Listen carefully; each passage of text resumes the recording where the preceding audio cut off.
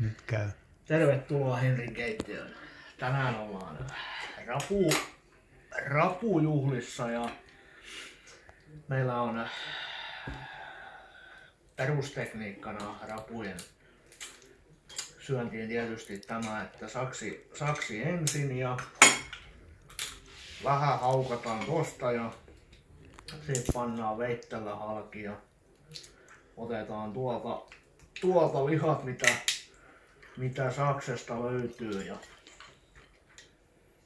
tämähän on ihan niin kuin peruskauraa. Kaikille tuttua. Mutta tämä uutuustuote, mikä Vanhamäki toimitti näihin rapujuhliin, niin on Antti Airion rapuneula. Erikoistuote persenreijän kairaamiseen tai sanotaan rapujen pyrstön kairaamiseen. Pantiin tuosta pyrstö poikki. Lykätään tuolta kuoren välistä tuonne. Hiukan kiikutellaan noin ees taas ja hoplaa! Meillähän on pyrstö. Sitten katsotaan onko peräsuoli. No, siellä on peräsuoli. Otetaan se pois.